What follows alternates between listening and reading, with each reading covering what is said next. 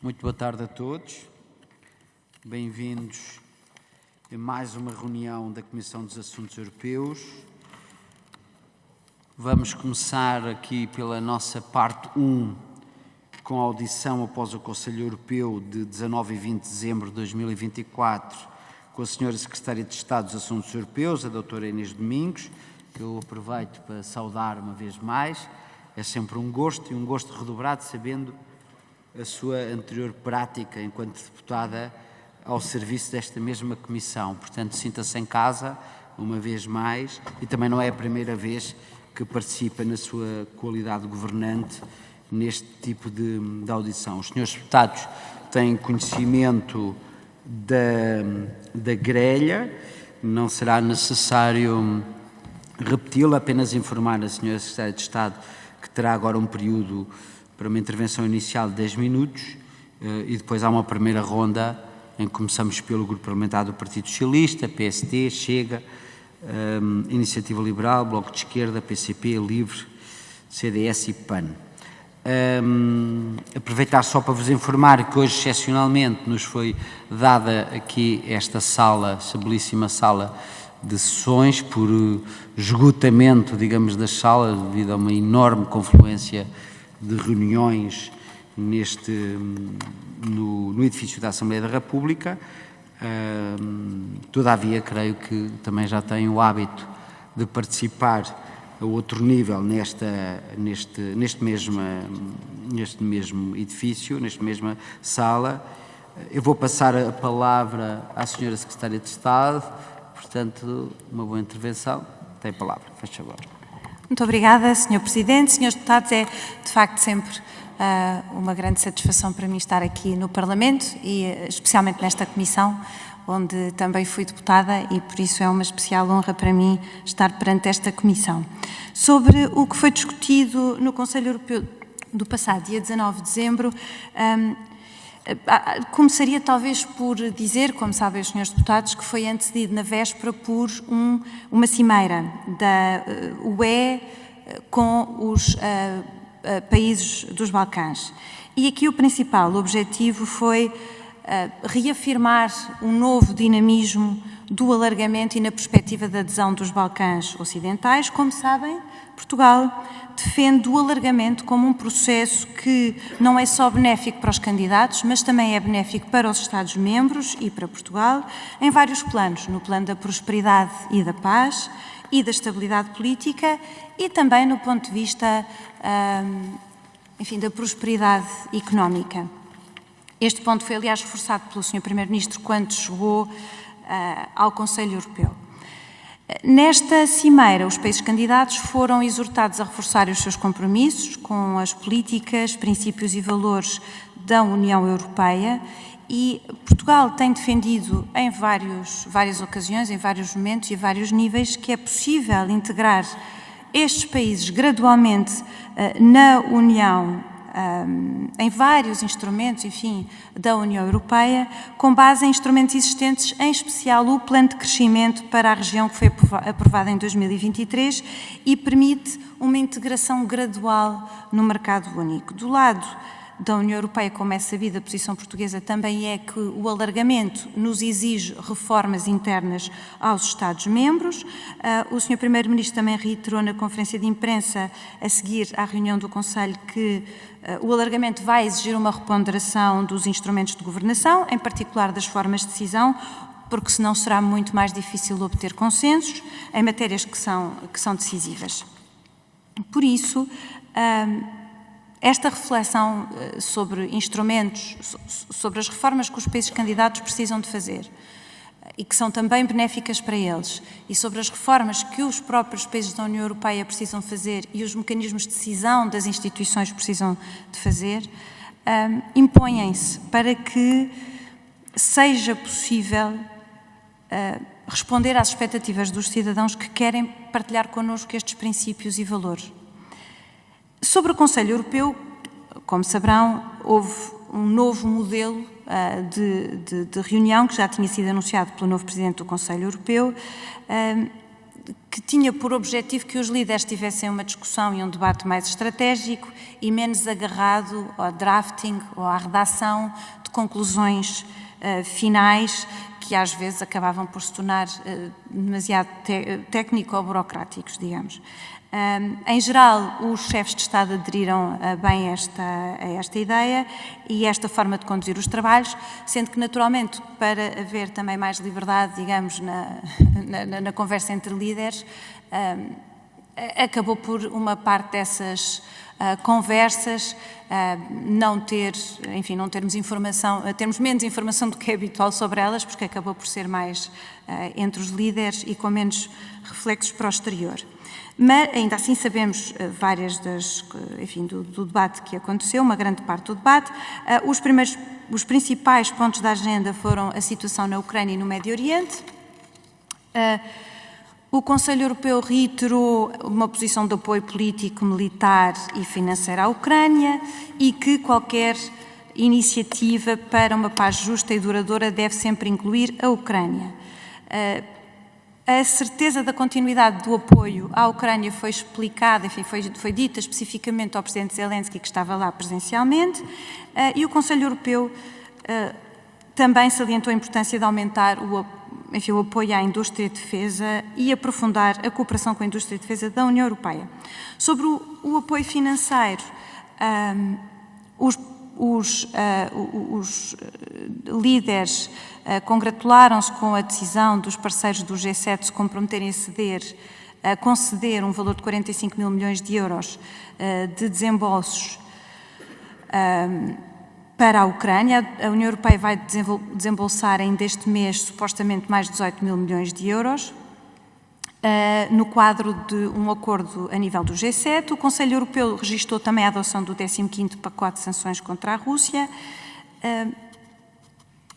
e foi manifestada, e isto foi referido depois pelo Sr. Primeiro-Ministro na conferência de imprensa, uma grande preocupação com as ações de desinformação que têm sido levadas a cabo, enfim, em vários países candidatos, em vários Estados-membros da União Europeia, e houve, enfim, uma partilha sobre experiências de ciberataques que têm ocorrido em vários países. Sobre o Médio Oriente, os líderes também debateram os últimos pontos,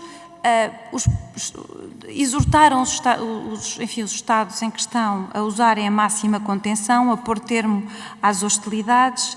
Sobre Gaza, o Conselho Europeu reiterou a posição de apoio e o compromisso da União Europeia para com uma paz assente numa solução de 2 Estados, defendeu a necessidade de um cessar-fogo imediato em Gaza, a libertação de todos os reféns e a melhoria do acesso e distribuição de ajuda humanitária em toda a faixa de Gaza. Sobre Israel, o conflito entre Israel e o Líbano, os líderes congratularam-se com o acordo de cessar-fogo de novembro, que já aconteceu em 27 de novembro de 2024, e instaram todas as partes a respeitá-lo.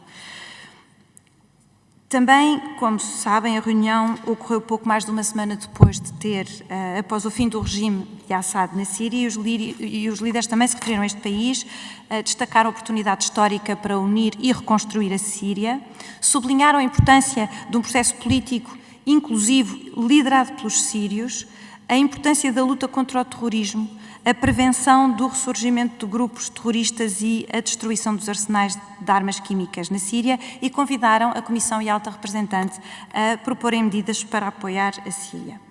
Houve, de seguida, um debate também muito relevante sobre a União Europeia no mundo, em que se falou sobre a prioridade da relação com a Aliança Atlântica e a capacidade e a necessidade de diversificar também a relação da União com outros blocos. Neste âmbito, a concretização do Mercosul é uma peça fundamental. Foi, aliás, no debrief a seguir ao Conselho Europeu, foi um dos elementos-chave que o Sr. Primeiro-Ministro referiu e manifestou, nessa altura, a importância crucial do acordo Mercosul para Portugal, não só porque Portugal pode ter uma oportunidade de ser uma plataforma para estes países do Mercosul, e também assumindo que um falhanço na aprovação deste acordo, ou pelo menos na parte que é respeitante à União Europeia, enfim, às competências da União Europeia deste acordo, é um falhanço da política não sendo possível obter isso, isso seria um sinal de fraqueza da Europa,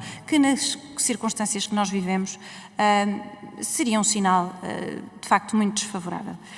O Conselho incluiu ainda uma discussão sobre a resiliência, prontidão, prevenção e resposta a crises, com base no relatório do Presidente Niinistö.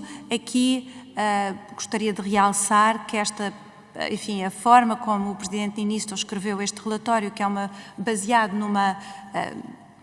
numa política de segurança que deve, no fundo, ser transversal a toda a sociedade, é uma forma até inovadora de pensar no tema e que foi valorizado neste Conselho Europeu.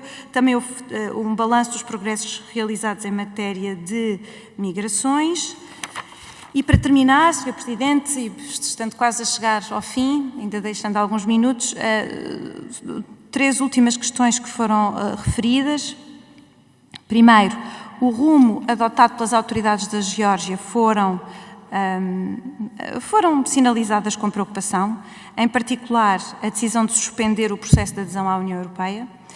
A preocupante situação na Venezuela também foi referida e, por fim, e para terminar com uma nota positiva, suprimir os controlos na circulação de pessoas a partir de 1 de janeiro das pessoas que vêm da Bulgária e Roménia foi um fator de satisfação para os líderes, enfim, para todos nós que valorizamos a União Europeia, porque são mais 2 Estados-membros que entram no nosso regime de Schengen. Muito obrigada, Sr. Presidente, Srs. Deputados, estou à disposição.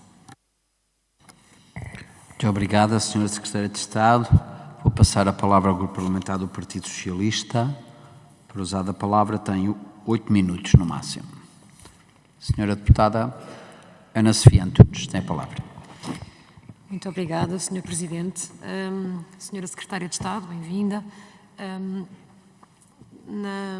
Nesta reunião em que hoje fazemos o balanço daquelas que foram as conclusões advindas da reunião do Conselho Europeu de 19 de dezembro, gostaria aqui na sequência daquelas que também já foram as notícias que foram vindo a público, mais próximas do momento da realização deste Conselho, primeiro sobre a coordenação de António Costa enquanto Presidente deste Conselho. Gostaria de aprofundar um pouco mais aqui algumas questões do que se passou neste encontro, de acordo com este novo modelo que bem referiu, começando naturalmente pelas questões da guerra na Ucrânia. Como sabemos, o Conselho reiterou o seu apoio político, financeiro, militar, mas também humanitário à Ucrânia, perante esta situação de invasão ilegal por parte da Rússia. O Conselho igualmente manifestou a sua preocupação e instou os diferentes Estados-membros a que possam continuar a apoiar a Ucrânia em matéria de apoio militar, nomeadamente no que diz respeito ao reforço de apoio em materiais de defesa aérea e de munições. E para isso instando também a que não apenas seja dado apoio e reforço à criação de uma indústria militar na Ucrânia, mas também na própria União como um todo, sendo esse também um campo fundamental para o reforço estratégico da União, reforço estratégico e também económico da própria União Europeia. Outro dos pontos que foi abordado, conforme podemos extrair também das conclusões que foram tornadas públicas, foi a importância de que os Estados-membros possam apoiar a Ucrânia no que diz respeito ao reforço das suas e à reconstrução das suas infraestruturas energéticas. Estas têm sido alvo de ataques deliberados, premeditados, e muito específicos por parte da Rússia, no sentido de usar também esta pressão climática como elemento de pressão sobre a Ucrânia. E nessa medida o Conselho instou os Estados de facto a poderem reforçar o apoio à Ucrânia nesta matéria, não apenas no que diz respeito à reconstrução destas infraestruturas, mas também à disponibilização de energia à Ucrânia neste período de inverno duro que se atravessa. E, obviamente, que é de salientar pela positiva aquela que tem sido a execução dos instrumentos de apoio financeiro à Ucrânia, nomeadamente o instrumento de apoio criado pela União e que este ano se saldou na execução de um valor de 16,2 mil milhões de euros, esperando-se que venham a ser executados valores próximos dos 12,5 mil milhões de euros em 2025. Também a iniciativa do G7, a iniciativa ERA, que se estima venha a constituir um investimento na reconstrução da Ucrânia em 2025 próximo dos 18 mil milhões de euros, se revestirá de importância fundamental. Obviamente que é prioritário que consigamos apoiar a Ucrânia num processo de paz, mas uma paz abrangente, duradoura, mas acima de tudo uma paz justa. Nisto todos estamos de acordo. Mas também sabemos que estamos perante um contexto internacional desafiante em que teremos Trump a tomar posse como Presidente dos Estados Unidos em menos de uma semana. Trump tem publicamente falado do apoio à Ucrânia e do apoio ao encontrar de uma solução para a guerra. No entanto, Trump fala ao telefone com Putin. E neste contexto, a questão que lhe deixo, no fundo também para que possa partilhar connosco aquelas que são as reflexões do Governo nesta matéria, é de que forma poderemos caminhar para uma paz justa na Ucrânia, quando neste momento temos o território ucraniano ocupado em 1/3 pelas forças militares russas e em que qualquer proposta de entendimento com rumo à paz que tenha sido feita e que passe por propostas de adiar a adesão da Ucrânia, quer à União Europeia, quer à NATO, para dentro de um período mediano de tempo, têm sido liminarmente rejeitadas pela Rússia. Depois, passando ao segundo tema que efetivamente foi abordado pelo Conselho, a questão dos conflitos no Médio Oriente, foi efetivamente saudado o cessar-fogo que foi possível alcançar no final do mês de novembro no Líbano e também nos congratulamos com isso, ainda que haja que fazer notar efetivamente as limitações que este cessar-fogo tem sofrido pontualmente, enfim, com ataques que ainda assim se têm repetido. Igualmente a situação da Síria, que constitui efetivamente uma grande oportunidade em termos políticos e democráticos para aquele país e em que a ONU terá um papel fundamental na reconstrução da Síria, mas em que a comunidade internacional também terá um papel fundamental no que diz respeito ao apoio e à solução democrática que se venha a encontrar, uma vez que estamos aqui perante um cenário delicado, com a quantidade de forças que foram envolvidas na construção desta solução alternativa a Assad na Síria. O contexto que se vive atualmente na Síria é um contexto delicado, um contexto potencialmente explosivo e em que quaisquer passos que venham a ser dados têm de ser todos eles ponderados com muita moderação e mediação. Salientamos também a condenação que foi feita pelo Conselho àquelas que têm sido as mais recentes decisões de Israel quanto à ingerência no trabalho da Organização para os Refugiados na Palestina, a Organização da ONU, nomeadamente iniciativas legislativas que impossibilitaram em grande forma esse mesmo trabalho por parte desta agência. E é neste contexto, e perante o compromisso que uma vez mais o Conselho firmou de trabalhar numa solução, apoiar no trabalho de uma solução da criação de 2 Estados, o Estado de Israel e o Estado da Palestina, que lhe pergunto, uma vez mais, e também naquele que é o trabalho que tem vindo a ser feito, entretanto, no quadro da própria União Europeia, quais são os passos que neste momento estão a ser dados no sentido do reconhecimento do Estado da Palestina e sem uma vez mais cairmos nesta velha questão do porquê que não foi feito antes. E, efetivamente, reconhecendo todo o percurso que tem vindo a ser feito, sabemos que a realidade que enfrentamos no pós-outubro de 2023 é muito distinta de tudo aquilo que se passou até aí. Uma questão final que lhe deixava para já, e esta prende-se com a questão do tema das migrações, que foi também abordado. O Conselho abordou o tema das migrações sobre a dupla perspectiva de avaliar os mecanismos de retorno de migrantes ilegais aos seus países de origem, nomeadamente instando a Comissão a apresentar uma proposta legislativa que acelere este processo, mas o Conselho também instou a Comissão a adotar medidas no sentido de prever mecanismos legais de migração. E tendo em consideração que esta é, de facto, uma população e uma mão de obra da qual a União Europeia não deixa, efetivamente, de precisar e muito, perguntava-lhe que informações nos pode dar mais concretamente e especificamente sobre este tema e sobre este ponto de vista dos mecanismos, do reforço dos mecanismos legais de migração para dentro da União Europeia. Muito obrigada. Muito obrigada, Sra. Deputada. Dar a palavra à Sra. Secretária de Estado para responder. Não. É só no final. É só no final, Sra. Secretária de Estado. Vou passar a palavra ao Grupo Parlamentar do PST, também com 8 minutos, tempo máximo, e depois ao Grupo Parlamentar do Chega com 7 minutos. Agora o PST. Sr. Deputado Ricardo Araújo. E depois a Sra. Deputada Ana Oliveira. Divide a intervenção, não é? Sr. Coordenador, faz favor. Muito obrigado, Sr. Presidente. Cumprimento as senhoras e os senhores deputados e a Sra. Secretária de Estado. Só para nosso esclarecimento, porque de facto deve ser confusão nossa, eu pensei que era pergunta-resposta. Não, é tudo em conjunto? Está esclarecido? É porque no passado, digamos, o nosso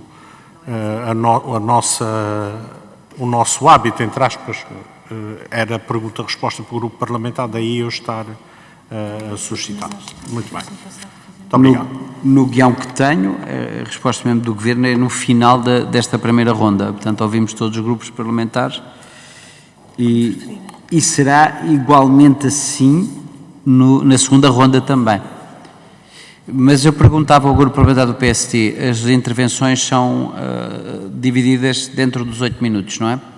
Muito bem. E começa o Sr. Deputado Ricardo Araújo. Tem a palavra, faz favor.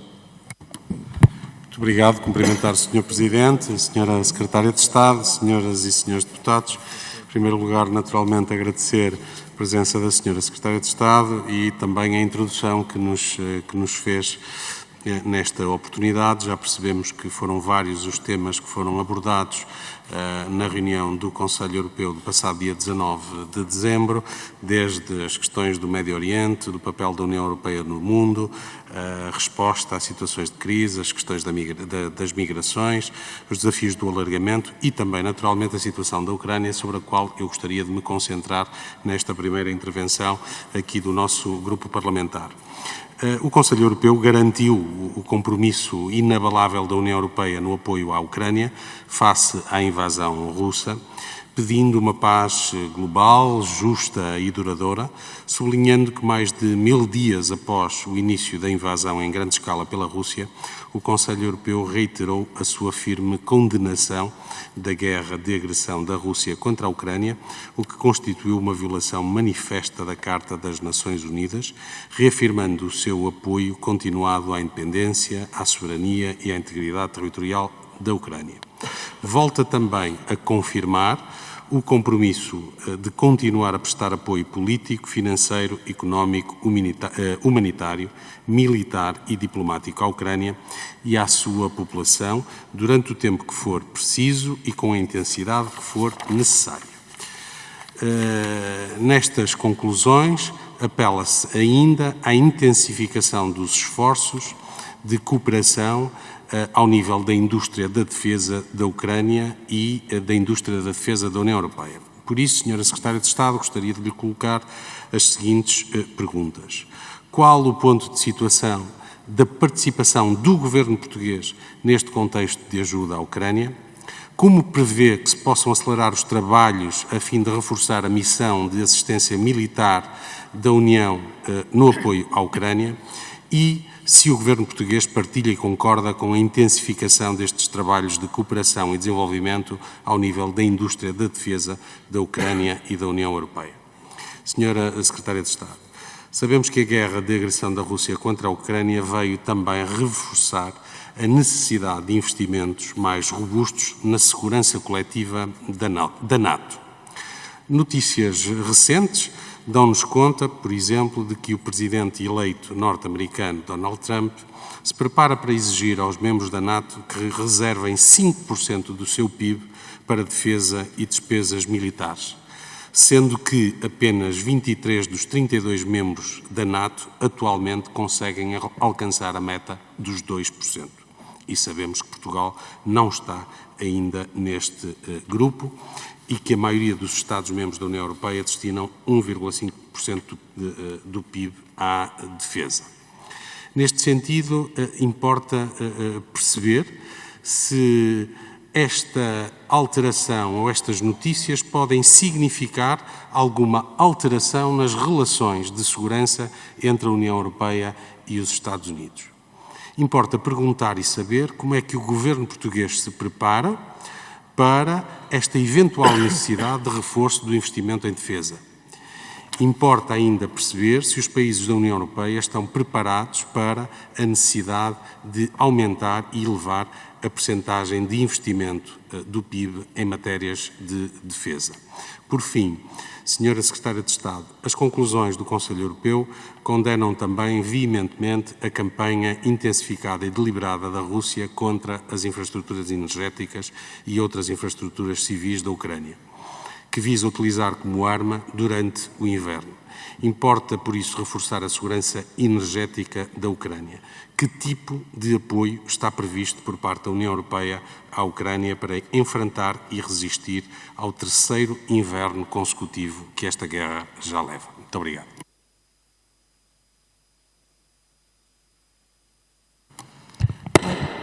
Muito obrigada, Sr. Presidente. Começo por cumprimentar o Sr. Presidente, os Srs. Deputados e a Sra. Secretária de Estado. E agradecer também a forma clara e que tocou em todos os pontos na sua intervenção inicial do que aconteceu neste Conselho Europeu. Eu queria aqui falar de alguns temas. O primeiro refere-se à União Europeia no mundo. O próprio Presidente do Conselho Europeu declarou a este propósito que temos de olhar para além da Europa, para os diferentes continentes, criar aqui uma rede mundial forte com todos os nossos parceiros em todo o mundo. Das conclusões não consta muita informação acerca deste tema, mas merece toda a nossa atenção. Com as tensões mundiais que atravessamos, estamos firmemente convictos de que a União Europeia deverá adaptar-se a este novo contexto geopolítico e afirmar o seu papel como interveniente mundial, defendendo um sistema assente em regras e também baseado na Carta das Nações Unidas, promovendo pleno respeito pelos direitos internacionais, incluindo o respeito, como é óbvio, pela soberania, pela integridade territorial e pelos direitos humanos. E aqui fazia duas questões. Pode o Governo informar quais as preocupações abordadas neste debate e, por consequência disto, quais as conclusões que saíram deste debate também. Relativamente às migrações e ao Médio Oriente, os líderes europeus estão obviamente cientes da necessidade de dar resposta à migração irregular para a União Europeia, bem como de assegurar um sistema comum de asilo e migração que funcione de forma plena e eficaz, procurando utilizar da melhor forma as soluções jurídicas e práticas neste domínio, incluindo a aplicação do Pacto em matéria de migração e asilo. Relembrando que o Pacto sobre a Migração e Asilo foi adotado em maio de 2024 e que entrará em vigor em 2026. Neste contexto, gostaria de introduzir a questão do Médio Oriente, nomeadamente a situação dos refugiados sírios, conforme referido nas conclusões, no ponto 15, onde é relembrada a importância de criar condições no sentido de ser garantido o regresso seguro, voluntário e digno dos refugiados sírios. Vários países, como a Alemanha, a Áustria, a Bélgica, a Grécia, a Itália, a Suécia e a Dinamarca, já anunciaram que vão suspender os pedidos de asilo para os refugiados sírios. Por outro lado, os ministros europeus da administração interna, reunidos em Bruxelas em dezembro, continuam divididos quanto a um possível regresso destes cidadãos à Síria.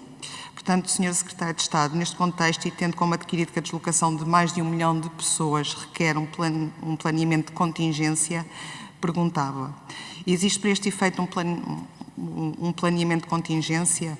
Se sim, qual é o ponto de situação desse planeamento para os refugiados que resultaram e resultam dos conflitos no Médio Oriente e que tendem a gerar novos fluxos de refugiados.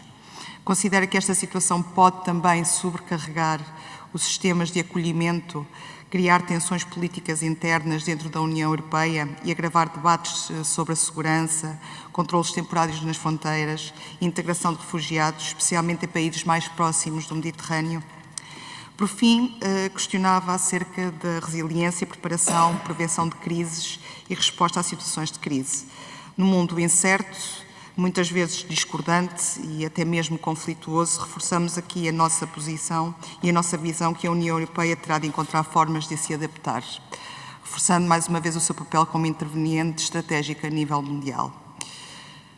As conclusões mencionam ainda o facto do Conselho Europeu incentivar a persecução dos trabalhos no sentido de reforçar a resiliência, a preparação, a capacidade de prevenção de crise e respostas a situações de crise da União Europeia e dos Estados-membros, de forma coerente, nomeadamente com vista a uma futura estratégia de preparação. Sobre esta matéria, questionava o seguinte: o que foi referido sobre esta futura estratégia de preparação? Verifica-se unanimidade por parte dos Estados-membros na possibilidade de aumentar este investimento na defesa? A Sra. Secretária de Estado já falou um pouco sobre isto, mas gostava que aprofundasse mais estas questões. E, por enquanto, era tudo. Muito obrigada. Muito obrigada. Vamos passar ao Grupo Parlamentar do Partido Chega. Terá, no total, 7 minutos para a intervenção, que está dividida por 3 senhores deputados. E a ordem de intervenções será o deputado António Pinto de Pereira, depois o deputado Rodrigo Taxa e, por fim, o deputado João Tili. É assim? Sr. Presidente, é exatamente assim, só que antes disso eu queria pedir a Vossa Excelência, com a devida vénia, uma interpelação à mesa sobre a condução dos trabalhos. Faz favor, Sr. Deputado. Muito obrigado, Sr. Presidente. Nós sabemos que as coisas são como são e há de facto um plano de responsabilidade política do Governo perante a Assembleia da República e muitas vezes, julgo até que a maior parte das vezes, são os ministros que vêm às sessões das comissões parlamentares permanentes para o diálogo, troca de informação, perguntas-respostas dos deputados. Muitas vezes fazem-se representar pelos senhores secretários de Estado. Pessoalmente, e digo isto pessoalmente e em nome do meu grupo parlamentar, Sra. Secretária de Estado é muito bem-vinda a esta casa, não só como antiga deputada, como uma Secretária de Estado que tem gosto pelos temas, domínio, competência, que já demonstrou, além de simpatia, naturalmente, não é isso que está em questão. Mas eu estive aqui à procura de alguma fundamentação jurídica para perceber se há norte, se há regras neste jogo. E, de facto, do pouco que eu sei sobre o tema, tinha sido prática corrente até aos anos 90 do século passado os ministros fazerem-se representar nas reuniões do Conselho de Ministros da União Europeia, muitas vezes por secretários de Estado, ou porque não podiam ou porque não queriam estar presentes. Até que houve uma reunião muito importante, salvo erro foi em 1990 entre 90 e 92, quando foi a invasão do Kuwait por parte do Iraque, que converteu o Kuwait na sua 19ª província, houve necessidade de uma reunião de urgência. Eu peço desculpa, mas eu tenho que fundamentar a minha questão. Se lhe disser é assim, eu posso dizer assim, Sr. Presidente, é o artigo 7º-B da Lei 43 de 2006 e o artigo 16, número 1 do Tratado da União Europeia. Mas queria fundamentar com um bocadinho mais exigência aquilo que vou dizer, para que eventualmente se consiga perceber qual é o caminho daqui para a frente nesta Comissão de Assuntos Europeus. Sr. Deputado, deixe-me esclarecer uma coisa. O Sr. Deputado usou a figura da condução dos trabalhos, de interpelação sobre a condução dos trabalhos. E para isso tem um tempo regimental. Eu estou a chamá-lo à atenção porque ultrapassou esse tempo regimental. Agora, se quiser fazer uma intervenção e manifestar a sua posição e fundamentá-la, terá 7 minutos para poder fazê-la. Então talvez usasse desse tempo, enfim, na sequência do que já... Só para não alterarmos aqui as regras regimentais. A questão formal aqui não é a mais importante, é a essência, é o conteúdo do que está aqui em causa. E sabemos que daqui para a frente podemos contar com a presença do Sr. Ministro dos Negócios Estrangeiros, ou se devemos mesmo contar com a presença, sem embargo, da presença da Sra. Secretária de Estado, que, repito, é muito simpática, muito competente, dedicada aos temas e é sempre um gosto recebê-la aqui na sua casa. Mas estava eu a tentar alinhar o raciocínio. Houve uma reunião de urgência na Europa para se discutir a questão da invasão do Iraque. Todos os ministros dos negócios estrangeiros estiveram presentes, menos um, que era o ministro português, que era o professor João Deus Pinheiro. Dizem os jornais que tinha ido a banhos para o Algarve e estava, aliás, numa partida de golfe em Valdelobo. E enviou, sem menosprezo pela pessoa em questão, que aliás mais tarde veio ter um contributo importante na Europa, na Comissão Europeia, enviou o seu secretário de Estado, José Manuel Durão Barroso. Os ministros dos negócios estrangeiros sentiram-se incomodados por Portugal ser um país mais pequeno até e mais recente na sua adesão à União e ter-se feito representar, foi o único país que se fez representar por um secretário de Estado. Isto foi talvez em 1990, o que significa que a norma do Tratado da União Europeia, em 1992, com o Tratado de Maastricht, foi alterada, estou-me aqui a reportar ao artigo 16, que dizia que o Conselho reunia ao nível dos representantes dos governos dos Estados-membros, era assim a expressão. E, de facto, representantes dos governos, tanto pode ser um ministro como pode ser um secretário de Estado, evidentemente. E essa norma foi alterada em 1992 para passar a dizer, eu vou citar o artigo 16, número 1 do Tratado da União Europeia, que o Conselho exerce, juntamente com o Parlamento Europeu, a função legislativa e a função orçamental.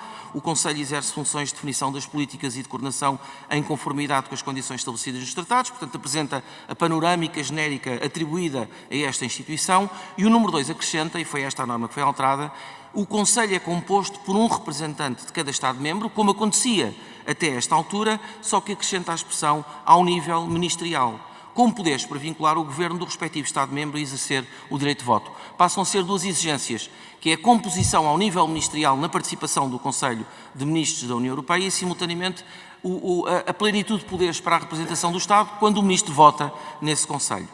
Eu estive aqui a ver a Lei 43 de 2006, de acompanhamento, apreciação e pronúncia pela Assembleia da República no âmbito do processo de construção da União Europeia e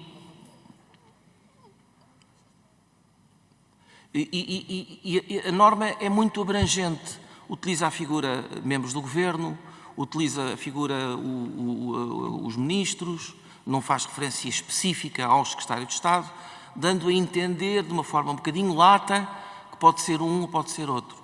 Só que há aqui um artigo, que é o artigo 7º-B, que diz o seguinte: audições do Governo sobre as reuniões ministeriais do Conselho da União Europeia. E eu só estou a reportar-me a este caso específico. No âmbito das audições regimentais dos ministros nas comissões parlamentares permanentes previstas no regimento da Assembleia da República, é dedicada a uma ronda ao conhecimento e ponderação dos assuntos europeus, nomeadamente as posições a debater ou debatidas nas reuniões ministeriais do Conselho da União Europeia, consoante a audição, seja antes ou depois da sua realização. Ora, esta audição está relacionada com o Conselho Europeu 19 e 20 de dezembro de 2024, onde, tanto quanto julgo saber, a senhora Secretária de Estado não teve qualquer presença porque não é membro de pleno direito daquela instituição da União.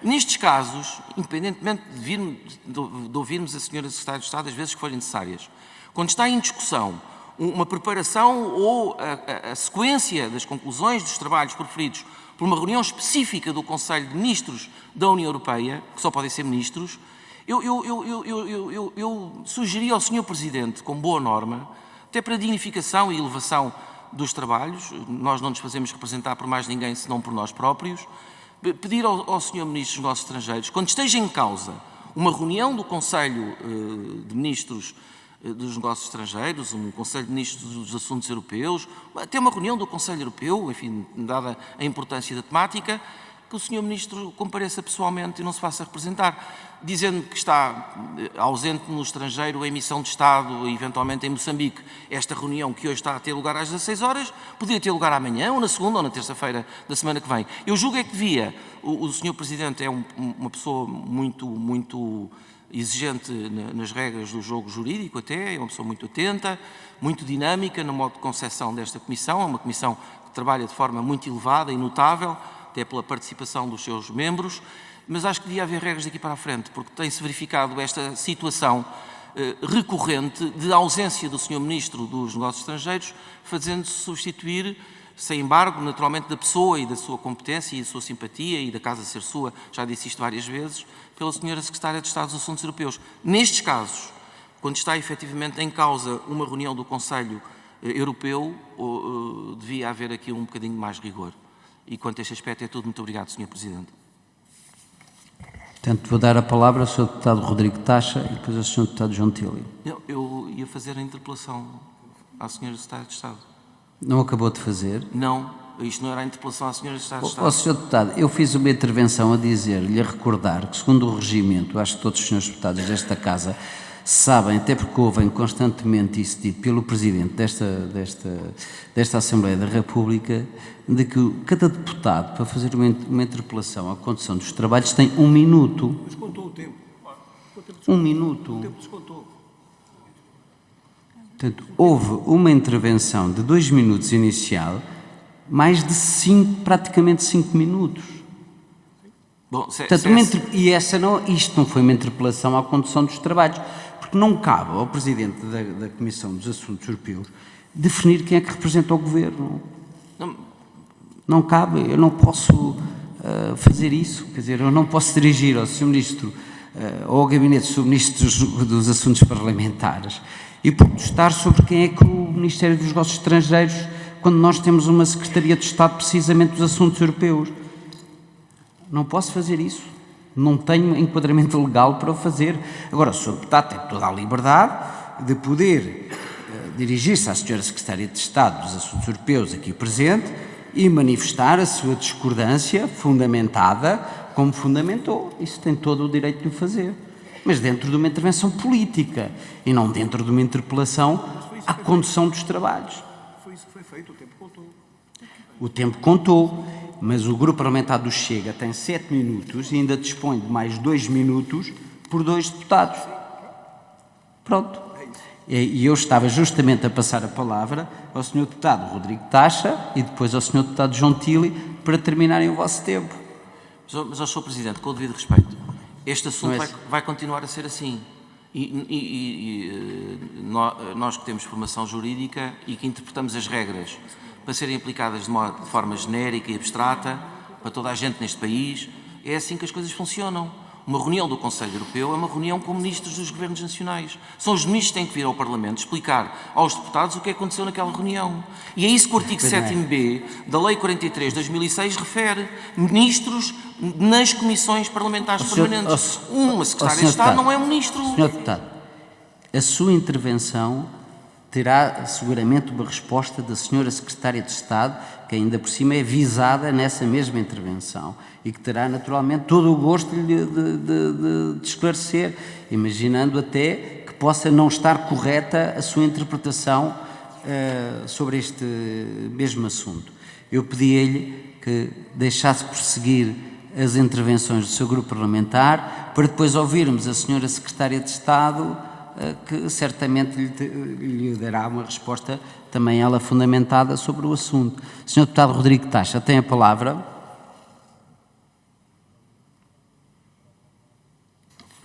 Sr. Presidente, muito obrigado. Cumprimentá-lo assim, naturalmente ao Sr. Secretário de Estado e todos os presentes. À Sra. Secretária de Estado. Bem, a Europa é confrontada naturalmente com um conjunto de fragilidades e estou em crer que, pese embora na última crise económica e financeira por todos os países europeus vivida, foram criados alguns mecanismos, mas também é verdade que, aliás, a Comissão Europeia continua a dizer que a Europa pode ser confrontada com novas crises e não ter ainda assim os instrumentos necessários para fazer frente a elas. Disse, aliás, em determinado momento que continua a faltar uma almofada económica para fazer face a possíveis crises que possam surgir.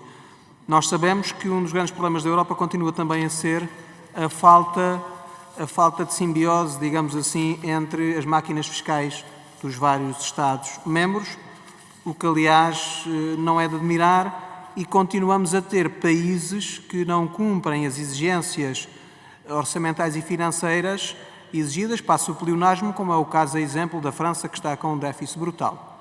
É certo que nós já tivemos em situação de déficit, neste momento não estamos tão mal quanto a França, nem nada que se pareça, mas são questões que nos continuam a preocupar. E nesse sentido, Sr. Secretário de Estado, eu julgo que seria importante questioná-la sobre que aportes terá levado o Governo à reunião sobre estas matérias, que reformas o Governo considera serem importantes fazer a nível de fiscalidade, porque sem uma harmonização fiscal não vemos como é que a Europa pode avançar e evoluir e, aliás, precaver-se, como disse antes, para futuras crises. É certo que o nosso sistema fiscal nacional não é exemplo para ninguém, porque é uma manta de retalhos, cria-se taxas e impostos em cima de taxas e impostos que desvirtuam a unidade do próprio sistema fiscal como um todo, mas, já que não somos capazes de fazer cá dentro, pelo menos que tenhamos a capacidade de levar alguma coisa lá para fora, alguma ideia. E, nesse sentido, questiono o Sr. Secretário de Estado se nos pode informar sobre matéria fiscal, o que é que o Governo considera ser importante fazer para que este cenário se altere. Muito obrigado. Sr. Deputado João Tili, para terminar a intervenção. Não pode ficar para a segunda ronda? Pode ficar. Muito obrigado pela sua compreensão. Vou passar então a palavra ao Sr. Secretário de Estado para... sim, a sua resposta é no final. Iniciativa Liberal e depois o deputado Rui Tavares do Partido Livre. Tem a palavra, Sr. Deputado Bernardo Bueno. Muito obrigado, Sr. Presidente. Também já agora só dar duas notas rápidas. A primeira é que, efetivamente, mas deve ser desconhecimento meu, eu não estava à parte, tínhamos mudado o funcionamento destas audições, onde sempre foi pergunta e resposta, mas se os serviços dizem que houve uma conferência de líderes que alterou as regras, eu certamente depois irei confirmar essa parte. Em relação à outra parte, sendo isto uma audição após o Conselho Europeu, o que a lei diz é que pode ser um membro do Governo e por isso aí não há uma questão política, claro, de querermos... Diz. Eu já lhe mostro o artigo. O artigo 7º-B o que diz, e isso sim é verdade, mas não é o caso, é que nas audições regimentais de cada comissão, onde o Ministro vai lá, pode haver uma ronda para discutir a Europa e para discutir essas reuniões ministrais do Conselho da União Europeia. Além disso, o que a lei também diz é que se os deputados pedirem, que também têm esse direito, após as reuniões ministrais no Conselho da União Europeia, pedirem uma audição, vem o Ministro. Mas isto não é o caso. Isto é o outro artigo, porque isto é sobre o Conselho Europeu. E aí é um membro do Governo. E por isso o Governo é uma opção política. Claro que eu também gostaria sempre que viesse o Ministro, mas o Governo está a cumprir a lei. O que está na lei em relação a audições após o Conselho Europeu é um membro do Governo. Em relação ao outro ponto, eu depois vou verificar também o que é que diz então essa nova grelha. Em relação à Ucrânia, muito rápido, nós obviamente defendemos que o apoio à Ucrânia seja continuado, mas em relação às sanções contra a Rússia, nós sabemos que a persistência de redes de evasão tem minado em muito a implementação e a eficácia, eu diria, das sanções, sobretudo com o papel dos países não alinhados. E por isso eu gostava de saber se na reunião em si do Conselho, que ações concretas é que foram previstas. Depois queria-lhes falar, brevemente também, mas é necessário, de Moçambique, por dois motivos. O primeiro é porque há financiamento europeu em projetos militares em Moçambique, quer a nível de formação, quer a nível de equipamentos, e eu dou-lhe o exemplo, esses projetos eram em Cabo Delgado, um desses batalhões está em Maputo, que não tem nada a ver. E por isso eu gostaria de saber qual é a posição do governo português em relação ao dinheiro europeu, ser, eu diria, entre aspas, desviado ou deturpado da sua função original, num contexto que sabemos que é complicado, de repressão, como nós vimos em muitas imagens, para não falar, obviamente, de uma validação, que é isso que eu quero mesmo dizer. Esta ida à tomada de posse do Sr. Ministro dos Negócios Estrangeiros é uma validação dos resultados, e eu daqui saúdo o Sr. Presidente da República e o Sr. Primeiro-Ministro por não comparecerem, mas efetivamente como é que ficarão esses projetos multilaterais e também já agora se o Governo pensa suspender os projetos bilaterais que também tem a nível de defesa com o Governo de Moçambique. Depois queria ainda, relativamente ao ponto da competitividade da União Europeia, eu estive a ler as conclusões, pareceu-me que não foi nada adiantado, era só para concluir se foi esse o caso, que também é perfeitamente legítimo, há muitas prioridades, há muitas frentes, mas dos parágrafos pareceu-me que é apenas um reforço dessa preocupação, mas não se avançou nada em termos de ações concretas a nível da competitividade europeia. A nível do ponto da resiliência e da preparação da União Europeia para o futuro, tendo em conta também os desafios que já sabemos a nível de cadeias de abastecimento, a nível de segurança energética, de resposta a emergências, eu gostava de saber o que é que está pensado e como é que o Governo vê, de certo modo, estas novas restrições que os Estados Unidos implementaram à exportação do lado de lá, por isso à nossa compra de chips e já agora saber como é que o Governo vê o facto de Portugal estar, de certa forma, na lista de países a quem também se aplicarão essas sanções. Não está na pior lista, mas está na intermédia, o que me parece, de certo modo, preocupante, tendo em conta que todos os países da Europa Ocidental estão na lista que está excluída das sanções, porque estão na lista dos aliados, e Portugal está de fora. Eu gostava de saber se o Governo tem algum motivo para isso. Eu, além de uma óbvia relação de alguma proximidade dos últimos anos à China, que pode ter a ver com o facto, pode influenciar o facto de estarmos fora desta lista, porque de resto todos os países da Europa Ocidental estão nesta lista, até a Espanha. Eu gostava de saber porque é que nós não estamos na lista de excepcionados, mas já agora deixar a nota final que estou em desacordo com essa política do Governo dos Estados Unidos, mas se ela for para a frente, ainda é só um draft, mas se for para a frente com a nova administração, vamos ter de lidar com as suas consequências. Por último, em relação também à política externa, de certo modo, duas coisas rápidas. Saber, na reunião em si, que conclusões é que se pode ter relativamente ao processo na Venezuela. Falou-se muito de diálogo, tentar também que aqui a oposição tenha um papel, mas isso nos últimos anos, quer dizer, não tem dado em nada. E por isso, percebendo a diplomacia destes parágrafos que estão nas conclusões, se há algo mais concreto a oferecer. E por fim, como é que o governo português também vê estas posições do presidente eleito Donald Trump em relação à Groenlândia, em relação ao outro caso preocupante também do Canadá, mas esse mais longe obviamente de nós, que obviamente causa aqui instabilidade política que tem impacto a nível europeu. Muito obrigado. Passar a palavra ao Sr. Deputado Rui Tavares, do Partido Livre.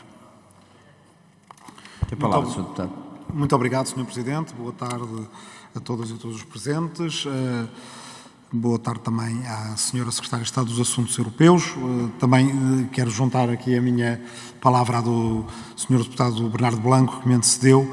Preferiria, sempre que possível nestas situações, ter uma estrutura da condução dos trabalhos em parada resposta, porque é muito mais útil para podermos insistir junto do membro do Governo, seja a Sra. Secretária de Estado ou qualquer outro, e para podermos ter as respostas que nos importam. Até porque, quando discutimos Conselho Europeu, não estamos só a fazer uma ação de fiscalização do Governo, quer eu crer que, tendo em conta o modelo de construção da União Europeia e de participação dos Estados-membros nela, estamos, de certa forma, a contribuir para a posição portuguesa no Conselho Europeu e para o poder fazer como deve de ser, é importante ter diálogo.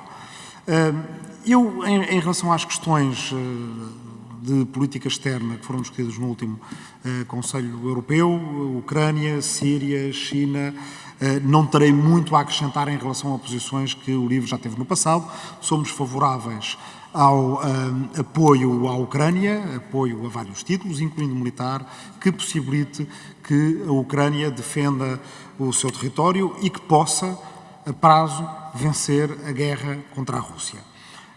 Nós acreditamos que as ambições territoriais da Federação Russa e do Sr. Vladimir Putin só param quando forem paradas, e num momento em que temos uma mudança de inquilino na Casa Branca, a União Europeia verdadeiramente tem aqui o seu grande teste à seriedade com que encara uma guerra que é no continente europeu e que, enfim, quer dizer, é num país que faz fronteira com países da União Europeia e que é candidato à União Europeia, cujo povo quer aderir à União Europeia.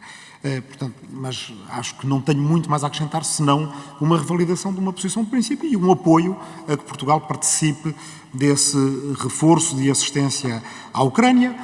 Em relação à Síria, eu creio que estamos todos na expectativa, com muitas oscilações entre quem acha que os atuais donos de Damasco ainda são um grupo jihadista e quem ouve o seu líder falar de construção de instituições e acredito que haja aí uma espécie de dicotomia que eles ou são uma coisa, porque são jihadistas e não quereriam construir instituições, ou querem construir instituições e, portanto, nesse caso, talvez não sejam tão distantes da maneira como nós vemos a construção do Estado-nação. Eu creio que esta dicotomia é falsa, porque, na verdade, como vemos no Irão, como vemos noutros países que são teocracias, é bem possível ser institucionalista e jihadista em simultâneo. As instituições que serão construídas na Síria, é preciso que estejamos muito atentas a elas para garantir que num país que é um mosaico de etnias e religiões, as minorias na Síria sejam respeitadas.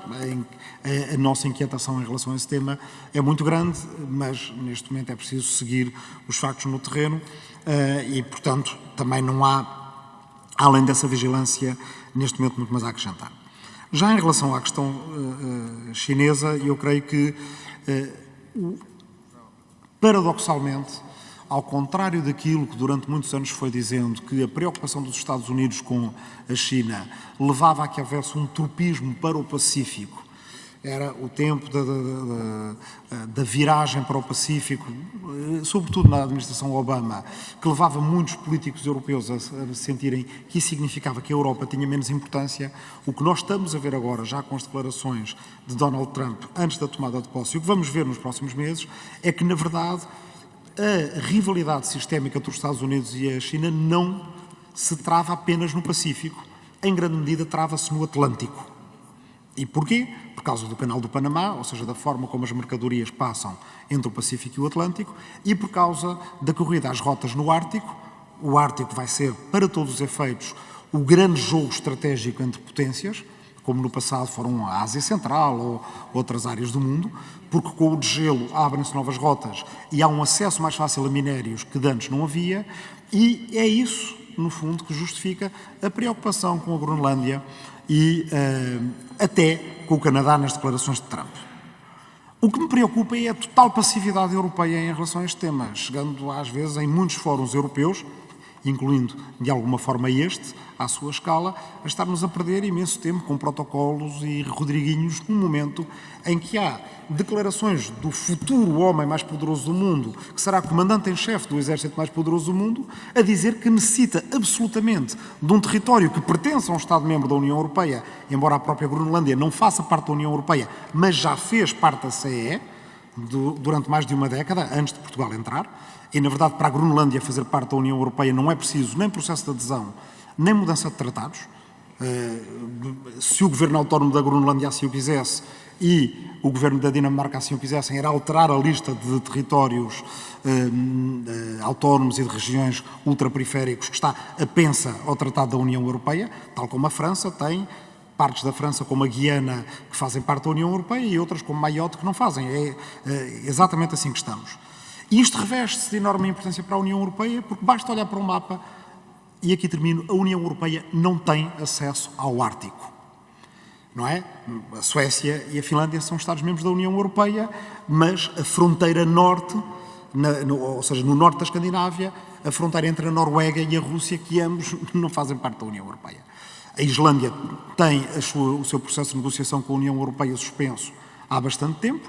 Ele pode ser reaberto, está bastante avançado, e a questão é, a Europa, sem acesso ao Ártico, não tem nenhum acesso a esse grande território de disputa entre potências, também comerciais, nas próximas décadas.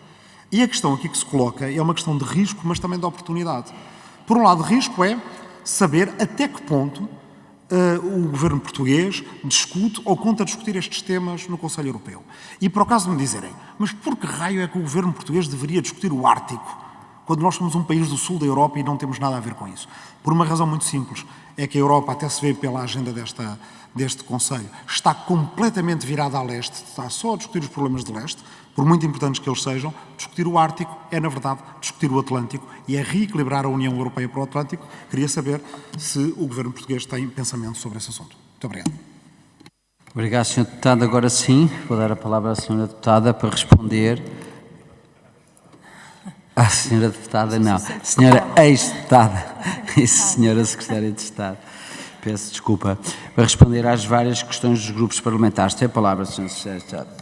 Muito obrigada, Sr. Presidente, Srs. Deputados, e eu vou por ordem, se me permitirem, de perguntas. E começando com a Sra. Deputada Sofia Antunes, perguntou-me sobre a posição do Governo no que diz respeito ao fornecimento de energia à Ucrânia e qual é a proposta, enfim, a posição do Governo sobre a paz, o que representa uma paz justa na Ucrânia. E sobre esse tema, eu penso que a posição de Portugal relativamente à Ucrânia tem sido sempre muito consistente e sistemática e nesse aspecto não há grandes novidades. No que diz respeito ao que o Governo entende e o que tem defendido como sendo uma paz justa para a Ucrânia, é uma paz nos termos em que o povo da Ucrânia, representado pelo Presidente Zelensky, entende ser uma paz justa e esta posição manter-se-á. Sobre o apoio à Ucrânia, eu depois vou detalhar, se calhar, o apoio à Ucrânia mais para a frente, porque também houve perguntas sobre isto e eu posso detalhar um pouco mais. Vou só aqui, se calhar, referir a questão das infraestruturas energéticas.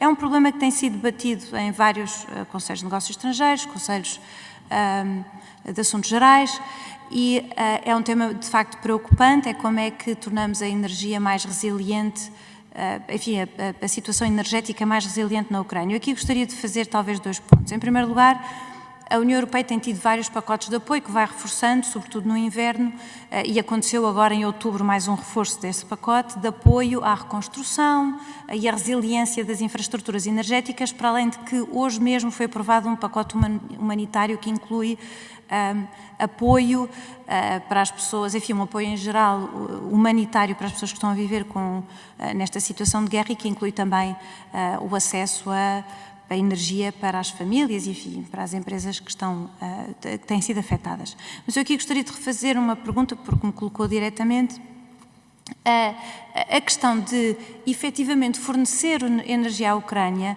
Isto, no caso de Portugal, remete-nos para um problema, é que as nossas interligações com o resto da Europa estão muito prejudicadas e nós temos nomeadamente na eletricidade, temos poucas ligações. Temos ligações com Espanha, naturalmente, mas depois a ligação entre a Península Ibérica e o resto da Europa está muito abaixo daquilo que devia ser, até segundo os critérios e os objetivos da União Europeia. Portanto, uma das políticas que o Governo tem sido, o Sr. Primeiro-Ministro tem referido sistematicamente em todos os palcos relevantes, esta questão, porque isto não é uma questão... Não é uma questão só para Portugal ou só para Portugal e Espanha, e eu ousaria dizer que não é sequer uma questão apenas para a União Europeia.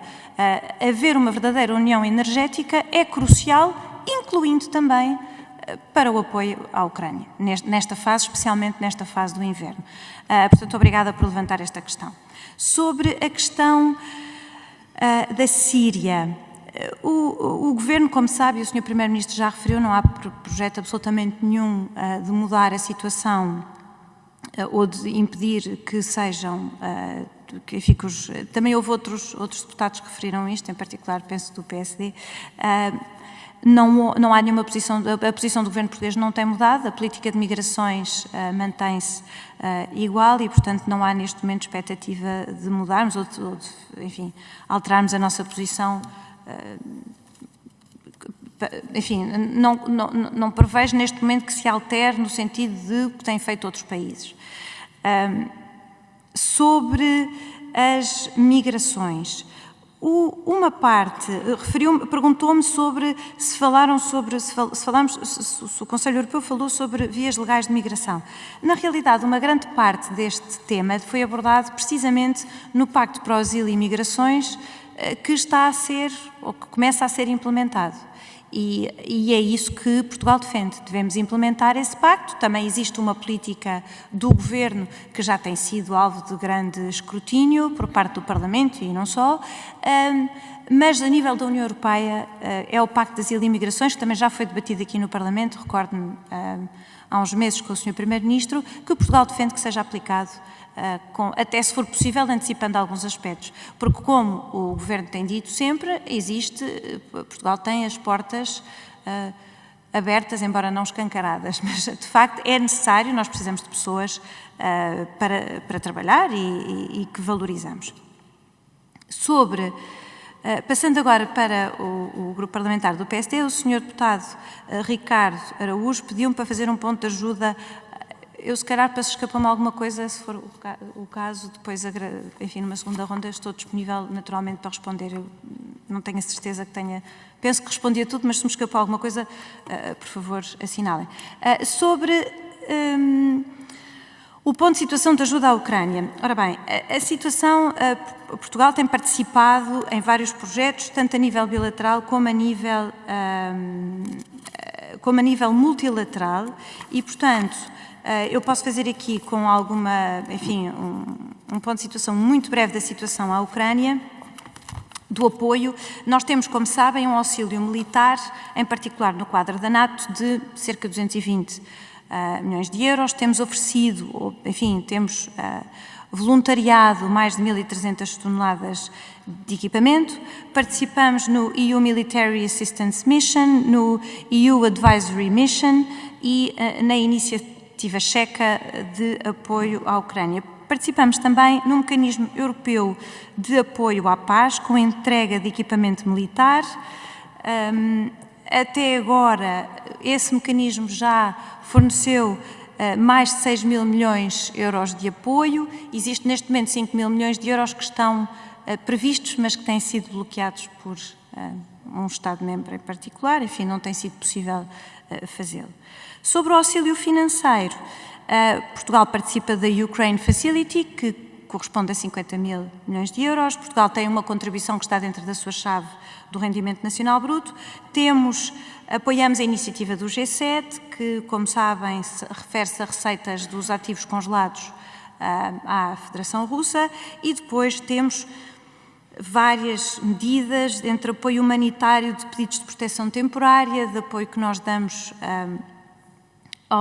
enfim, para o território ucraniano. Portugal, como os senhores deputados sabem muito bem, defende o alargamento à Ucrânia, defende de uma forma muito veemente o alargamento em particular à Ucrânia e, por fim, fazemos parte também do core group, de um grupo de países que defende a criação de um tribunal especial para julgar o crime de agressão à Ucrânia. Portanto, esta é uma forma muito breve, porque também temos um tempo limitado, mas de uma forma muito breve os apoios, enfim, os programas em os quais Portugal participa para apoiar a Ucrânia. Perguntou-me também o Sr. Deputado Ricardo Araújo sobre as alterações nas relações de segurança entre Estados Unidos e União Europeia e, em particular, sobre, enfim, uma sugestão do Presidente Trump de aumentar a despesa em defesa. O que eu posso dizer sobre este assunto é o seguinte: a posição Portugal tem tido, e este Governo em particular, acelerou o aumento da sua despesa em defesa. Isto foi logo no início do mandato deste Governo, no princípio deste Governo, que o Sr. Primeiro-Ministro anunciou que iria fazer um esforço para que Portugal iria cumprir a meta dos 2% que foi estabelecida, até agora é a meta que existe, e que essa meta iria ser cumprida até 2029. Foi um esforço que o Governo fez para acelerar o cumprimento desta meta. Não se exclui, e aliás é possível e até provável, que de facto essa meta aumente. Se e quando essa meta aumentar, o Governo português voltará a fazer todos os esforços para reforçar a despesa até chegar à meta que nos for exigida. Sendo que se deve dizer que, de facto, perante as circunstâncias de uma guerra na fronteira da Europa, enfim, as circunstâncias são o que são e, de facto, será necessário aumentar a despesa em defesa. E Portugal cumprirá com as suas obrigações como tem feito. A Sra. Deputada Ana Oliveira falou-me sobre, aliás, outros deputados falaram sobre isto, sobre a questão da UE no mundo. Esta foi uma das partes do debate estratégico que acabou por ser mais, enfim, discreto posterior, mas eu aqui se calhar reiterava o que disse inicialmente, porque é mesmo um ponto importante e é um ponto que o Sr. Primeiro-Ministro tem referido muitas vezes, que é o papel da UE no mundo também se mede nas relações que conseguimos ter, na diversificação, não é só na relação transatlântica, que é muito importante para Portugal e deve ser também para a União Europeia, mas também na diversificação das nossas relações em particular as relações comerciais, porque elas afetam também, naturalmente, a nossa posição no mundo e afetam também a posição política da União Europeia. E, nesse sentido, o Governo tem defendido, de forma muito veemente, precisamente o acordo da União Europeia entre a União Europeia e o Mercosul, nessa perspectiva de apoiar a posição, de reforçar a posição da União Europeia no mundo. Sendo que também é justo dizer que a União Europeia é uma das regiões mais abertas ao resto do mundo, enfim, com maior número de tratados com outros países, tratados comerciais em particular, e, portanto, partimos de uma posição com vantagens, mas também existem desafios que é preciso superar. E acho que esse é um ponto que será muito importante para reforçar a posição da União Europeia face ao mundo. Sobre os senhores deputados do Chega, disse-me o senhor deputado António Pinto Pereira, falou sobre o nível de representação aqui nesta comissão, e então eu se calhar ia fazer aqui 1 ou 2 esclarecimentos. O Conselho Europeu é diferente do Conselho da União Europeia, o senhor deputado saberá seguramente, e portanto não são os ministros que vão ao Conselho Europeu, são os, enfim, os primeiros ministros, os chefes de governo, os chefes de Estado.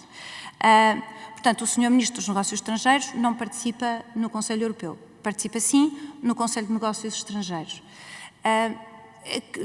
Enfim, devo dizer que tenho sido eu, Secretário de Estado dos Assuntos Europeus, a acompanhar o Sr. Primeiro-Ministro a estas reuniões do Conselho Europeu. Não estou na sala, não é nada disso que se trata, mas as últimas 2 vezes penso que fui eu que acompanhei o Sr. Primeiro-Ministro.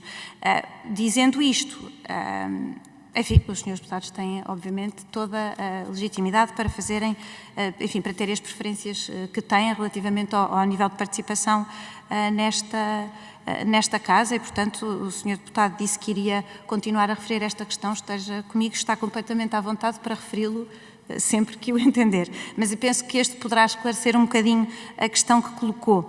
O senhor deputado Rodrigo Taxa referiu vários temas aqui interessantes, a questão da fragilidade da União Europeia, de novas crises que possam vir a surgir e falou-me sobre a falta de simbiose de máquinas fiscais, etc. Enfim, isto aqui acabam por ser temas um bocadinho diferentes. Sobre o tema das fragilidades e crises que têm surgido, eu diria que é certo que existem algumas dificuldades em vários países europeus, não Portugal. Portugal tem tido uma situação de crescimento económico até bastante favorável e que se antecipe que num futuro próximo continua a ser razoavelmente favorável e isso naturalmente é positivo para nós. Existem algumas fragilidades, alguns países com perspectivas de crescimento mais baixas e alguns países importantes e, portanto, tudo isso tem que ser, de facto, analisado. Eu diria que a grande resposta da União Europeia será, com esta nova Comissão, também há um novo ímpeto e parece muito positivo para responder a estas fragilidades. Existe um novo ímpeto na competitividade. Eu vou detalhar isto mais à frente, porque também foi uma questão posta por outros senhores deputados. E esse ímpeto parece muito positivo porque, de facto, a resiliência da União Europeia passa também pelos temas de sermos capazes de competir com outras regiões e, portanto, a competitividade é um tema que penso durante muitos anos esteve um pouco afastado por causa das crises múltiplas, mas ao tornarmos mais fortes, mais competitivos, isso também nos torna mais resilientes para fazer face a outras crises. Sobre temas fiscais, como sabe muito bem o Sr. Deputado, os temas fiscais não são da competência da União Europeia, são da competência dos Estados-membros. O que lhe posso dizer é que existe, a nível da União Europeia, e Portugal defende isto, um reforço do orçamento da União Europeia com base, enfim, no que seja possível, em particular recursos próprios, que não é bem uma questão de fiscalidade, mas que era conseguir criar ou desenvolver novos recursos para a União Europeia que também reforçariam o orçamento, possivelmente ajudando assim a reforçar despesa em áreas que o conjunto dos Estados-membros da União Europeia consideram ser relevantes. O Sr. Deputado Bernardo Blanco da Iniciativa Liberal falou sobre Moçambique e eu gostaria de começar por referir que a ida do Sr. Ministro a Moçambique foi naturalmente concertada entre o Sr. Ministro, o Sr. Primeiro-Ministro e o Presidente da República. Sobre o financiamento da União Europeia, a União Europeia tem projetos, e Portugal tem projetos com Moçambique, que irão continuar. Existem projetos de apoio humanitário, desenvolvimento económico, que existem para beneficiar as populações, e o objetivo será beneficiar as populações e apoiar o desenvolvimento, em particular em populações que por vezes, enfim, necessitam muito desse apoio. Portanto, não há perspectiva neste momento que isso se altere.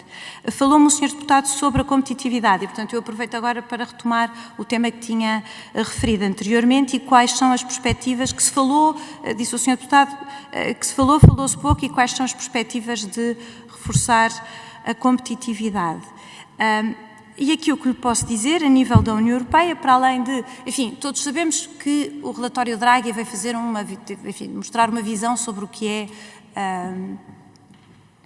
do que pode ser uma resposta da União Europeia. Neste momento está a ser trabalhado e será apresentado, penso que na próxima semana, uma proposta da Comissão Europeia, que é o Competitiveness Compass, e nessa altura teremos mais informações sobre o que é a perspectiva da Comissão Europeia, sobre o que pode ser um programa para a competitividade, para reforçar a competitividade da União Europeia. Sobre o Sr. Deputado falou também sobre a questão das restrições que os Estados Unidos implementaram, ou enfim, propõem implementar agora relativamente às vendas dos chips. Como saberá o Sr. Deputado que a Comissão Europeia já deu uma resposta através do Comissário Šefčovič. Há uma resposta oficial da Comissão Europeia a pedir aos Estados Unidos para não implementarem, para não discriminarem entre Estados-membros. A posição de Portugal é que também Portugal não deve ser discriminado. Temos mobilizado a nossa rede diplomática no sentido de, enfim, como sabemos, de facto, isto não é uma posição definitiva, há um trabalho para fazer para, enfim, evitar a discriminação dos Estados-membros no que diz respeito a esta situação. Sabemos também que a própria indústria americana produtora considera que isto não favorece a posição geopolítica e até de competitividade dos próprios Estados Unidos. Sobre a Groenlândia, não foi o único Sr. Deputado que me pôs esta questão. Portugal defende a integridade territorial, naturalmente, da Dinamarca e considera que, tal como disse a Primeira-Ministra da Dinamarca e como disse enfim, os responsáveis da Groenlândia, que a decisão sobre enfim, a decisão sobre a Groenlândia pertence aos cidadãos e aos habitantes da Groenlândia e, por isso, é isto que se me oferece dizer neste momento sobre isto. O Sr. Deputado Rui Tavares fez, enfim, como vários fizeram intervenções, enfim, falando sobre a sua posição sobre vários assuntos, e eu penso que aqui em vários tópicos coincidimos, também referou-se em especial sobre a questão da Groenlândia. Enfim, neste momento o que podemos dizer é isto, sobre a posição concreta da Groenlândia. Naturalmente que a posição da União, enfim, a União Europeia não manifestou uma posição, enfim, a União Europeia concorda naturalmente e por definição com o que diz a Dinamarca sobre a posição da Groenlândia e, portanto, será difícil sair deste debate. Dizendo isto, naturalmente que a União Europeia, numa perspectiva de pertença ao mundo, tudo o que seja posições, medidas que reforcem a capacidade da União Europeia de ter uma maior capacidade de influência para o Atlântico e para todas as regiões, mas em particular para o Atlântico, é uma posição que Portugal, em geral, defende, como o Sr. Deputado sabe bem, e por isso, enfim, concordamos, de facto, com a posição da Dinamarca e da Groenlândia sobre este tema e é isto que se me oferece dizer. Sobre Eu tentei ir ponto a ponto, poderá ter-me escapado alguma coisa e agradeço que os senhores deputados me indiquem, se for o caso. Vamos entrar, muito obrigada, Sr. Secretário de Estado, por responder às intervenções dos nossos caros deputados. Temos uma segunda ronda com 5 inscrições. Eu vou ler a ordem que nos chegou aqui à mesa. O Sr. Deputado João Tili, depois a Sra. Deputada Ana Sofia Antunes, o Sr. Deputado José Luís Carneiro, depois o Sr. Deputado Rui Tavares e, por fim, o Sr. Deputado António Pinto Pereira. Não há mais nenhuma inscrição. Portanto, estes 5 deputados têm 2 minutos cada e a Sra. Secretária de Estado, no final da ronda, depois constituída a soma, digamos, das intervenções, que neste caso será de 10 minutos, terá 10 minutos para dar resposta final a esta segunda ronda. Vou passar de imediato a palavra ao Sr. Deputado João Tili. Tem a palavra, Sr. Deputado. Muito obrigado, Sr. Presidente, Sr. Secretário de Estado. Uma nota prévia, vejo aqui alguns senhores deputados muito aflitos com o Trump e com a Groenlândia e com o Canadá. Groenlândia quer dizer terra verde, Greenland, vai-se lá saber porque é que lhe chamaram Greenland. Ela será verde outra vez e será outra vez branca e será outra vez verde, tal como o clima e todas as suas sequências que são estudadas há muitos anos. Portanto, não se preocupem que quando for verde já nenhum de nós cá estará. Se calhar devíamos, aqui em Portugal, se calhar devíamos preocupar-nos mais connosco, com o nosso cada vez mais empobrecido país, cada vez mais afastado, mais periférico dos centros de decisão. E um dos fatores que nos leva cada vez a afastar-nos mais dos centros de decisão é justamente a falta de produção de riqueza, a falta de industrialização. Mas, enfim, vamos falar então da industrialização na Europa. A necessidade de reindustrializar a Europa, designadamente para responder aos desafios globais provocados pelas alterações verificadas nas cadeias de abastecimento, fragilizadas primeiro pela pandemia e pela guerra da Ucrânia depois, pela crescente competição tecnológica com os Estados Unidos, que continuam a evoluir enquanto a Europa anda para trás, e com a China, que é um competidor desleal, a todos os títulos desleal, e pelas exigências de transição climática assim consideradas, obriga a União Europeia a colocar o ónus das suas prioridades políticas no reforço da sua autonomia estratégica e no investimento em indústrias sustentáveis, portadoras de inovação e de tecnologia de ponta. Contudo, tem-se verificado a existência de obstáculos significativos para pôr em prática estas políticas. Dificuldades que vão desde a dependência de matérias-primas críticas à fragmentação política entre os Estados-membros, passando pelas dificuldades em atrair investimento estrangeiro em comparação com outras regiões mais competitivas. A falta de políticas coordenadas, a burocracia excessiva e o desequilíbrio no acesso a financiamentos entre os países da União Europeia têm sido, a miúdo, citados como fatores que limitam o nosso progresso nesse âmbito. Por sua vez, a Comissão Europeia tem promovido iniciativas para acelerar a digitalização e energia verde como parte do Pacto Tecnológico Europeu, colocando o foco na redução das emissões e na criação de empregos na economia sustentável. Passo à pergunta, porque já me excedi em tempo. Que medidas, Sra. Secretária de Estado, que medidas específicas Portugal está a implementar no âmbito das iniciativas europeias de reindustrialização, particularmente em setores como energia renovável e tecnologia digital? E de que forma a Secretaria de Estado de Assuntos Europeus está a trabalhar para garantir que Portugal tenha acesso equitativo aos fundos e programas da União Europeia para fomentar a competitividade industrial? Muito obrigado. Obrigado, Sr. Deputado. Sra. Deputada Ana Sofia Antunes, tem a palavra. Muito obrigada, Sr. Presidente. Sra. Secretária de Estado, uma precisão quanto ao tema das migrações, que já abordei, que tive a oportunidade de me responder.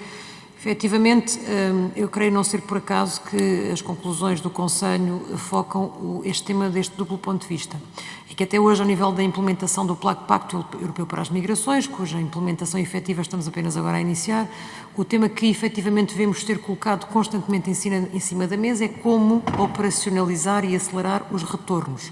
Ora, as conclusões falam-nos desta dupla perspectiva, ou seja, procurando dar aqui um papel efetivo e eficaz à questão do como reforçar as entradas legais na União Europeia para esta mão de obra de que efetivamente precisamos.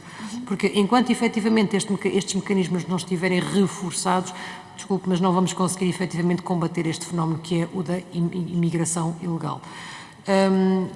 Duas questões, para além desta, a questão do debate que foi promovido durante o Conselho Europeu quanto ao posicionamento global da União Europeia no mundo com diferentes desafios do ponto de vista geopolítico, geoestratégico. Falou-nos aqui do tema abordado, de um dos temas abordados no âmbito desse debate, obviamente a questão do acordo para o Mercosul e a sua efetiva implementação, aprovação e implementação. Que outros temas efetivamente poderão e que outras dicas poderão ter resultado deste debate que contribuem efetivamente para o enriquecimento do mesmo e do percurso que temos a seguir. E por fim, uma questão muito específica sobre a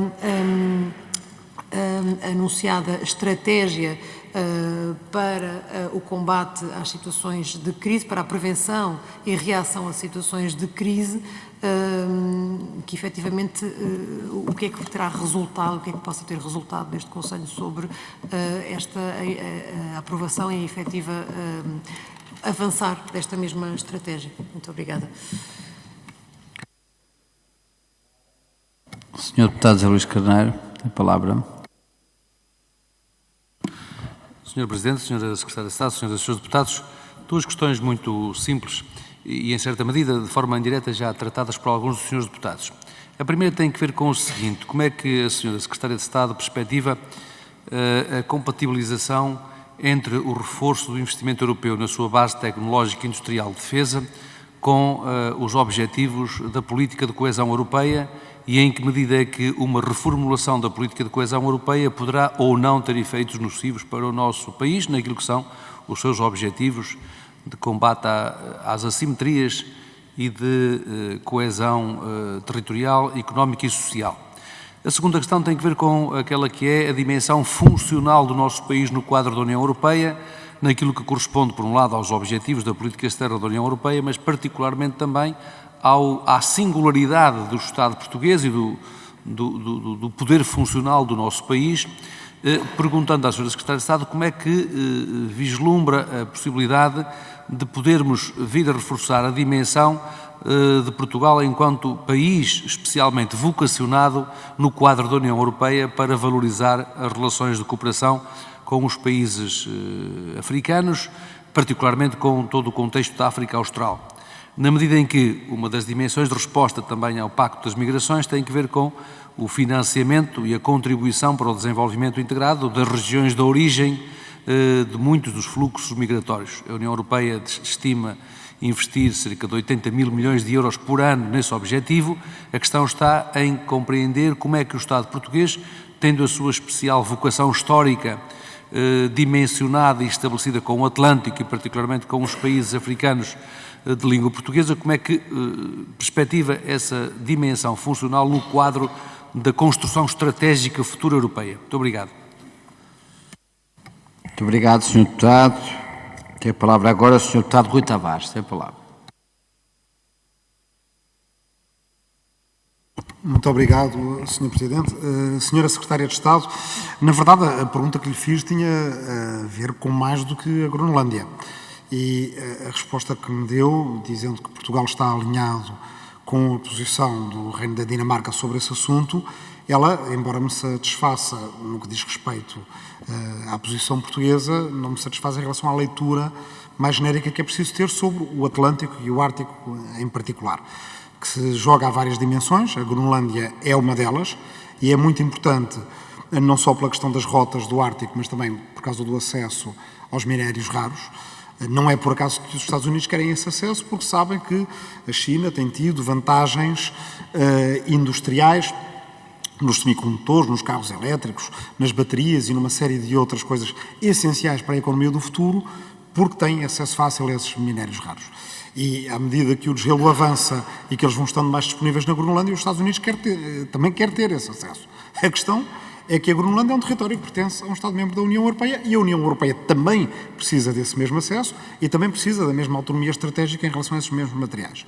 Portanto, mas, além disso, isto joga-se também na dimensão que tem a ver com a Noruega, que faz parte do espaço económico europeu e, portanto, do mercado único europeu, da Islândia, que faz parte desse mesmo espaço e do espaço Schengen também, tal como a Noruega, e que é candidata, embora neste momento com as negociações suspensas, à União Europeia. E, de certa forma, isto tem a ver com Portugal também. É por isso que eu há pouco dizia que uma estratégia europeia para o Ártico é uma dimensão de uma estratégia atlântica também para Portugal, desde logo pela nossa projeção no Atlântico, em particular no arquipélago dos Açores, não é? Que também uma parte desse arquipélago está na placa continental americana e, portanto, só esperemos que passe despercebido às bizarrias do Sr. Presidente Trump, que aparentemente não preocupam nada àqueles que passam o tempo todo a falar de soberania, patriotismo, de repente, como é o imperialismo do bem, já gostam. Mas, deixando essa parte, a questão é que é preciso saber se Portugal, por exemplo, tem contactos justamente com o Conselho Ártico, se tenciona, por exemplo, pedir para ter um estatuto observador, como países que não têm acesso ao Ártico como a China tem, se tenciona pedir para esta discussão se fazer em próximos Conselhos Europeus ou Conselhos de Assuntos de Negócios Externos também, e se temos alguma posição que, no fundo, ajuda a União Europeia a compensar o seu tropismo a leste com um possível alargamento, por exemplo, à Islândia ou outros territórios, de que, aliás, as negociações para as relações com o Reino Unido pós-Brexit também, de certa forma, faz parte. Obrigado, Sr. Deputado. A última intervenção cabe ao Sr. Deputado António Pinto Pereira.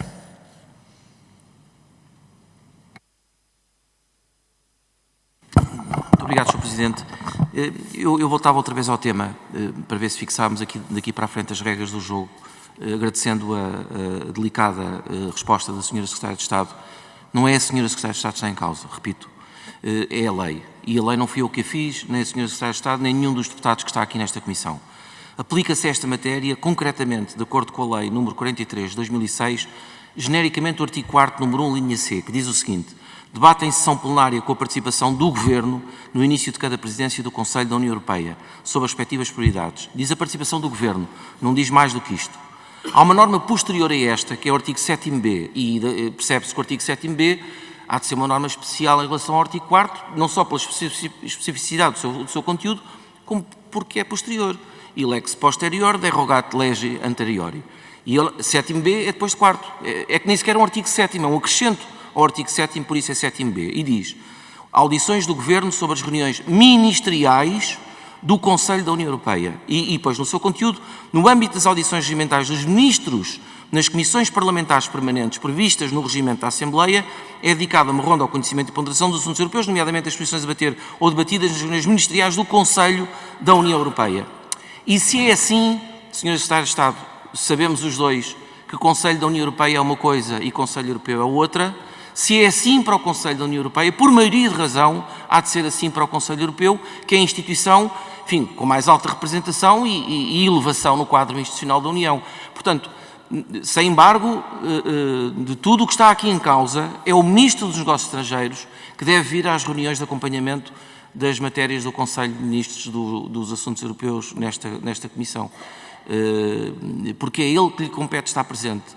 Nem sequer é o Ministro nas reuniões do Conselho Europeu, devia ser o Sr. Primeiro-Ministro, como aliás tem sido prática, o Sr. Primeiro-Ministro tem vindo a esta Casa a falar sobre a sua participação no Conselho Europeu. Reuniões do Conselho de Ministros da União Europeia, tem que ser o Sr. Ministro dos Negócios Estrangeiros, sem embargo, enfim, do respeito e admiração que eu pessoalmente lhe tenho, que é muito. Muito obrigado. Muito bem, muito obrigado, senhores deputados. Vamos então para uma ronda final ouvir a senhora Secretária de Estado. Tem a palavra. Sr. Presidente, muito obrigada. Senhores deputados, muito obrigada.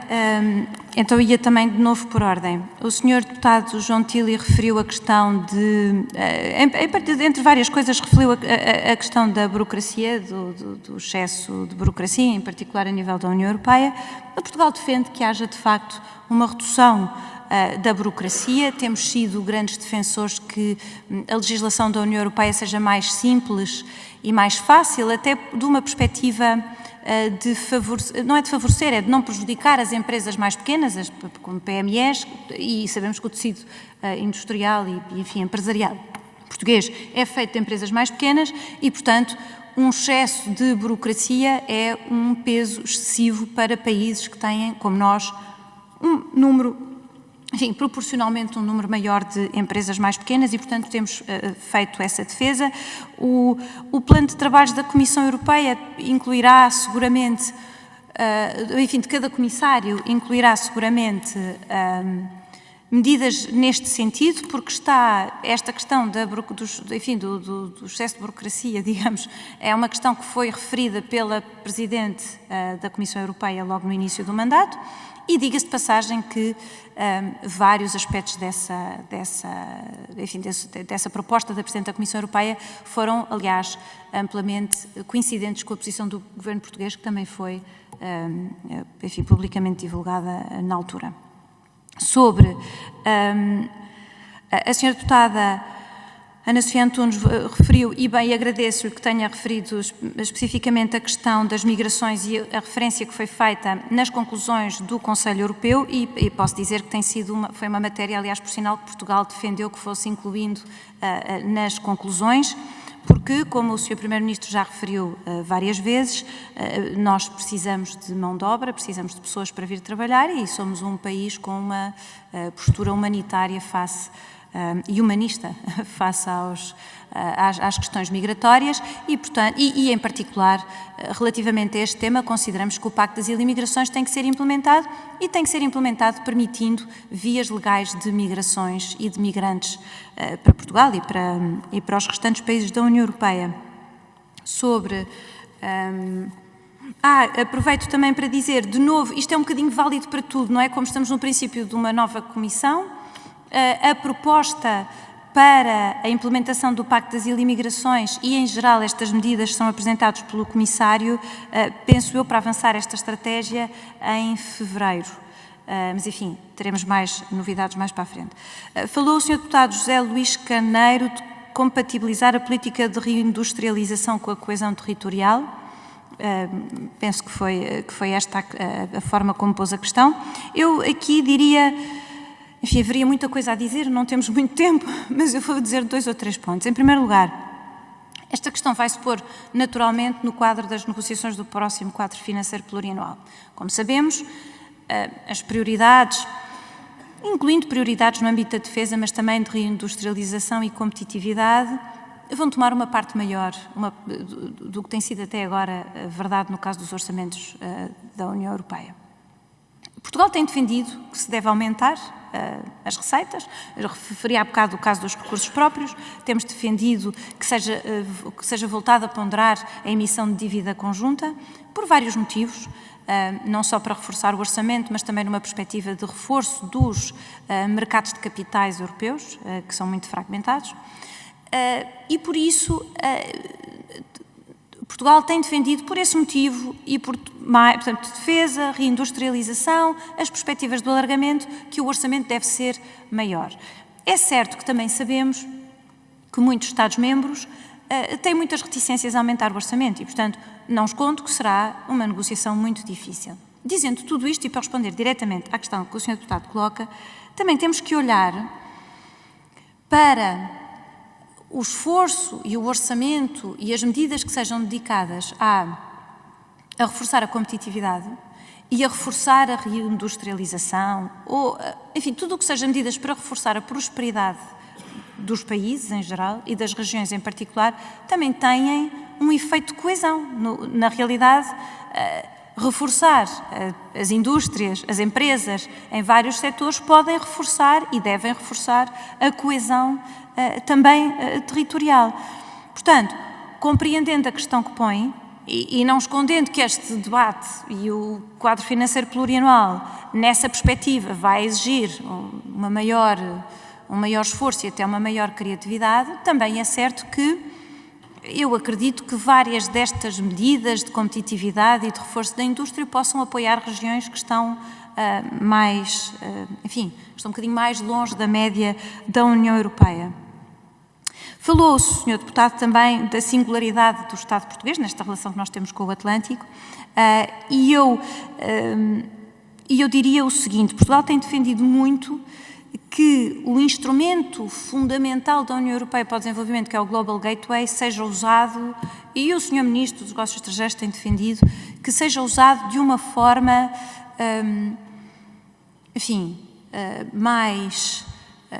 que permitam uma utilização mais fácil por parte dos nossos parceiros, enfim, tradicionais, em África, por exemplo. E por isso isto é uma questão que o Estado português, enfim, com os diferentes membros do Governo, e incluindo também o Sr. Secretário de Estado nos Negócios Estrangeiros, que tem esta pasta do Global Gateway, porque tem a ver com o desenvolvimento, também tem feito junto das entidades em que, enfim, onde se debatem estes temas. Finalmente, falou-me o Sr. Deputado Rui Tavares sobre a nossa relação com o Atlântico e com o Ártico. Enfim, e sobre a perspectiva de alargamento a vários Estados-membros. Aquilo que eu disse inicialmente sobre a postura de Portugal face ao alargamento vale naturalmente, não só para os países que são atuais candidatos, mas aos países que se queiram juntar à União Europeia e que, em particular, estes países todos que referiu, a Noruega, a Islândia, se for o desejo deles juntarem-se à União Europeia, naturalmente que Portugal, em geral, considera que a política de alargamento é uma política muito positiva para candidatos e para a própria União Europeia e, portanto, se alguma vez se manifestar uma vontade de reabrirem negociações ou de abrirem negociações para se juntarem à União Europeia, a posição de Portugal será favorável. Dizendo isto, a questão neste momento não se põe. Eu diria que, do ponto de vista da nossa posição no mundo, enfim, voltando à questão do tópico da nossa posição no mundo, a realidade é que a proximidade é muito grande com estes países e com estas regiões e, portanto, já é suficientemente grande para termos laços muito fortes e isso, na realidade, acaba por ser o mais importante. Por fim, o Sr. Deputado referiu, enfim, voltou-me... Eu iria só fazer um último ponto sobre este tema do nível de representação aqui nestas e em futuras reuniões, só para referir que realmente uma reunião ministerial do Conselho da União Europeia não é a mesma coisa do que o Conselho Europeu, é a única coisa que eu lhe posso dizer sobre este tema e acho que o Governo está a cumprir e o Parlamento está a cumprir com o que deve e os senhores deputados continuam sempre completamente livres para se manifestarem sobre o que acharem útil. Obrigada. Muito obrigado, Sr. Secretário de Estado. Vamos terminar a nossa audição.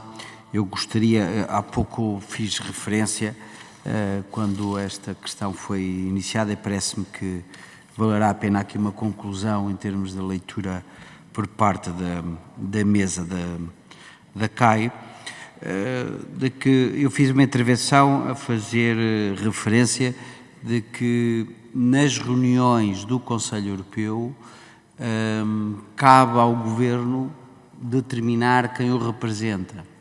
E vou aqui ler o artigo que no fundo, sustenta esta audição, que é o artigo 4 da Lei de Acompanhamento e Pronúncia pela Assembleia da República no âmbito do processo da construção da União Europeia, que diz no seu ponto 2, a linha C, particularmente, reuniões nas semanas posteriores à data de realização do Conselho Europeu entre a Comissão de Assuntos Europeus e membro do Governo para avaliação das respectivas conclusões.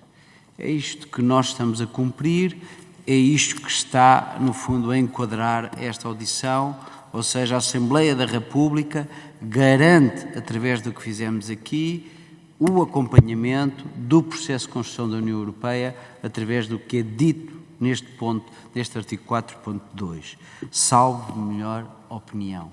Eu não sou jurista, mas gostaria só de terminar, digamos assim, esta reunião com o entendimento que os serviços fazem e que a mesa concorda em relação a este mesmo ponto e que levantou aqui. Naturalmente que cada deputado, como disse há pouco, poderá manifestar as suas preferências, mas outra coisa é aquilo que a lei diz, nós não estamos a falar de outro órgão que não o Conselho Europeu e, portanto, é nesta sede que está aqui a Sra. Secretária de Estado, que aliás muito bem-vinda, e a quem eu agradeço em nome dos senhores deputados desta Comissão dos Assuntos Europeus, uma vez mais, não só a sua presença, como a forma como procurou, de modo claro e harmonioso, dotar todos os seus deputados com a informação que trazia. Muito obrigado, continuação de bom trabalho e até amanhã, aqui neste mesmo sala de sessões. Vamos só acompanhar a senhora Secretária de Estado, por favor não saiam dos vossos lugares, temos a parte 2 da reunião da Comissão.